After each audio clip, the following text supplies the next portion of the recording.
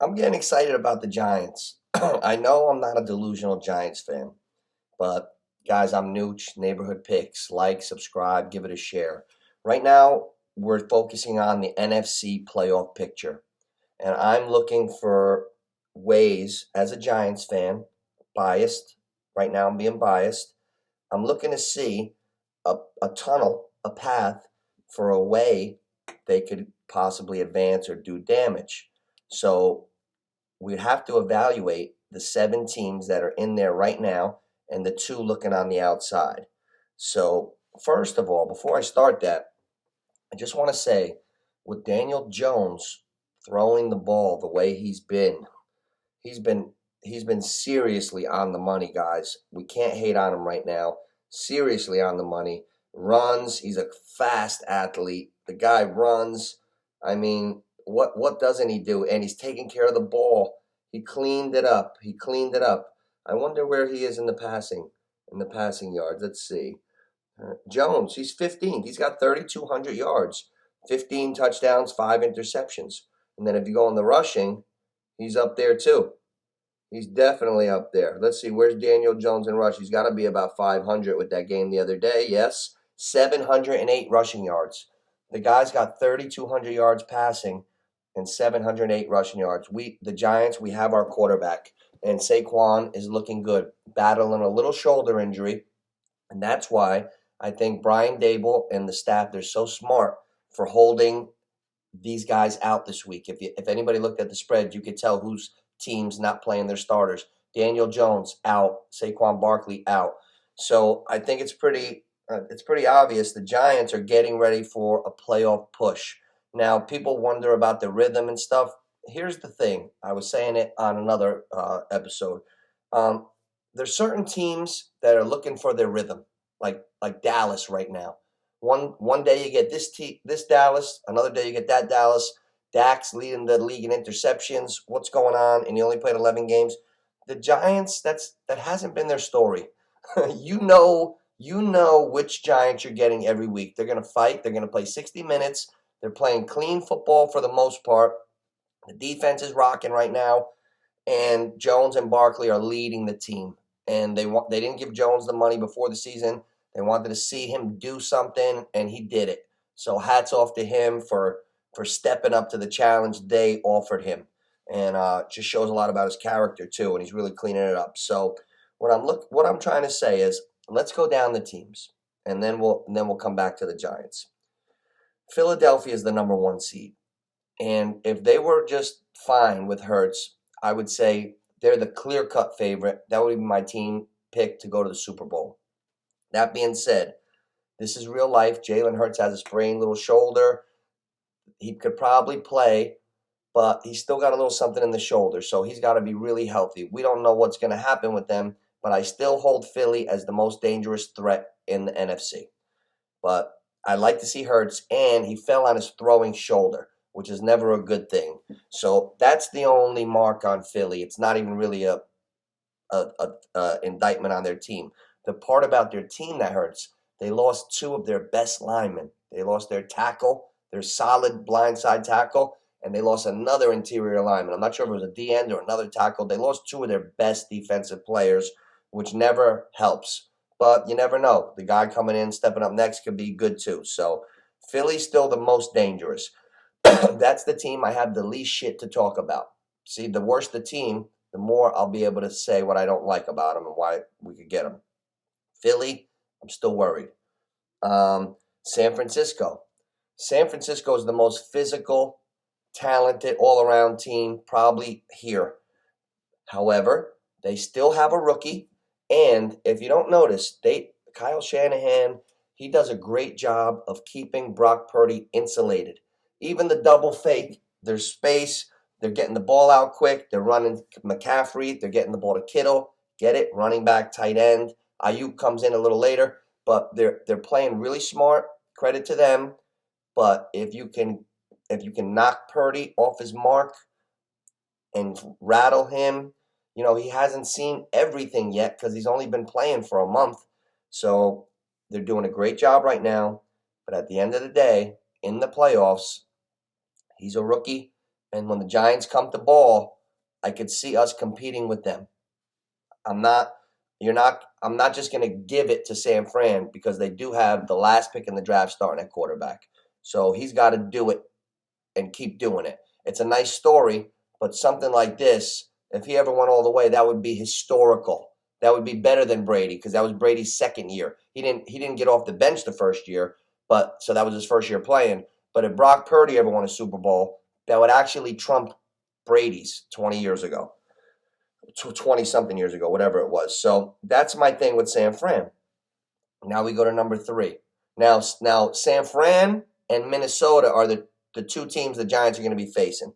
The Giants are in the 6 hole. We're going to play the 3 seed. Right now, Minnesota's in there. But if Minnesota goes to the 2, San Fran could slide, and there you have it. We'd be playing San Fran. So you know how I feel about that matchup. Now, Minnesota. Do I have to say anything about Minnesota? If anybody's been watching football all year, that's a heart attack team. They're crazy. I saw them down 33-0, come back. We know that they got heart and they're explosive and good, but there's just something wacky about that team why they can't put it all together. They're 11-1 in one-score games. So what does that mean? They never blow anyone out because they're so inconsistent. So they could easily be like 4-11, right? 4-12. Like they're lucky they got all those games, but they are good. They got Cousins, they got Jefferson, they got Cook, they got talent.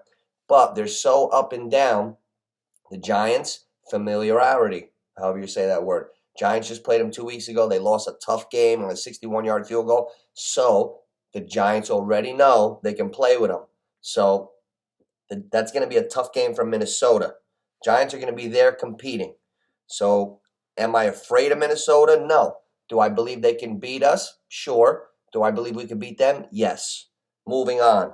Tampa Bay. Tommy, Twiggy Tom Brady. Listen, he had a great game last week. He threw the deep ball. But Tom Brady, 16 games in the books. The guy's got 40. He's second in passing. He's second in passing. Ready for this? Passing leaders. Tom Brady's second. 4,600 yards, right? Fucking guy's got, he's got 477 completions. That's 6.4 yards a throw. His completions are 6.4 yards. I can spit 9.5 yards from here if I was outside. Like, that's not good. Not good. I'm not afraid of Tampa Bay. They have a chance to catch fire because sometimes when they get cooking, I've seen it. I've seen the most boring comeback I've ever seen in my life. The Super Bowl with New England and Atlanta. It was the boringest comeback ever. Ding, dunk, and Atlanta couldn't stop them. So, Tommy, I think they're looking to capitalize on the other team's mistakes, play it smart. But if he doesn't hang in there, and he's got to hang in there, take a few hits. If he's doing that 2 seconds and out shit, I think teams will get to him and the team. And you know the only deep threat he's got is Evans right now. I don't see Evans juking and going over the middle all the time. So teams will adjust to that. It's like Tommy's going to dink and dunk, and he might go to Evans deep. That's the book on them. They haven't shown super versatility in a long time. Just because they had that good game, I'm not willing to overlook the whole rest of the season. Am I afraid of Tampa Bay? No. If the Giants play the Bucs, can we beat them? I believe so. Moving on to Dallas. Dallas whooped us twice, but they're our division opponent. Familiarity. Then the NOOCH's brain. In 2007, Dallas whooped us twice. You know what we did? We went up there to Big D. We beat T.O., we beat Romo, the division champs. We whooped them on our way to the Lambeau when we whooped Brett Favre. Then we went to the Super Bowl and whooped Tommy Boy and the 18-0 Patriots. So let's look at this year's Dallas. You got Dak Prescott. He's played 11 games. He's leading the NFL in interceptions. They can go on fire one week, but then they could be off. They're inconsistent. That's why the Giants are a team that can afford to take the week off this week and rest going into the playoffs because they don't have a rhythm problem. Their governors all the way up. They're at top speed. We've been seeing it all year. They don't have a rhythm problem. Going to get healthy and strong. Dallas, they're still looking for it. No matter what their record is, if you know football, they're still looking for that good rhythm.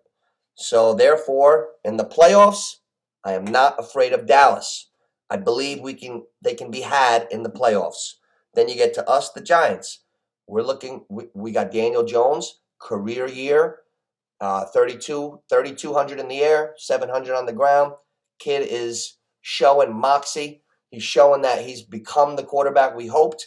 Saquon Barkley is my favorite running back. Now he's running like old Saquon. He's the leader. If you saw him break that, what could have been a game winner against Minnesota, he didn't spike. He didn't do nothing. All he did was turn around and go 2-2-2. He was so aware of the game. He knew that they had to go for 2. The job wasn't done. He's the fastest. He's the most best agility. He's the strongest. And if he stays healthy, I think he'll have a great career still. Love Saquon Barkley. And our defense is not bad. I like our defense. Now Seattle, they're tough. They beat the Giants already before this season, but I'm not impressed with them right now. Geno hasn't been up like he was. He's not at his peak right now. Kenneth Walker's always dangerous, but the team is not going to blow your doors off. They can be beat. That's why they're in the 7th seed and nothing's locked up, because you got Detroit and Green Bay, and everybody says Green Bay, they're trying to rig it for Green Bay, because if Seattle wins during the day, they flex the Green Bay-Detroit game at night. If Seattle wins during the day, Detroit will go onto that field knowing they're eliminated, and they're saying, they won't try. But I don't believe that. I think Dan Campbell's going to have those guys balling. Now, Green Bay, they win and they're in. Detroit needs Seattle to lose, and then if they beat Green Bay, they'll be in. Detroit's going to be dangerous. I'm really excited about that Sunday night game, because I'm rooting for Detroit to beat Green Bay. I don't want to see them get all the way in, because I believe Green Bay could beat the Giants in the playoffs or anyone. If they're going to go on this run right now, you gotta have a healthy fear of Green Bay as a fan. You can't just, it's not a foregone conclusion that they're not going to keep going, because this guy's an all-time great quarterback, Aaron Rodgers. So that's my brief playoff picture for the NFC. Like, subscribe, NOOCH Neighborhood Picks, and we'll be going AFC shortly.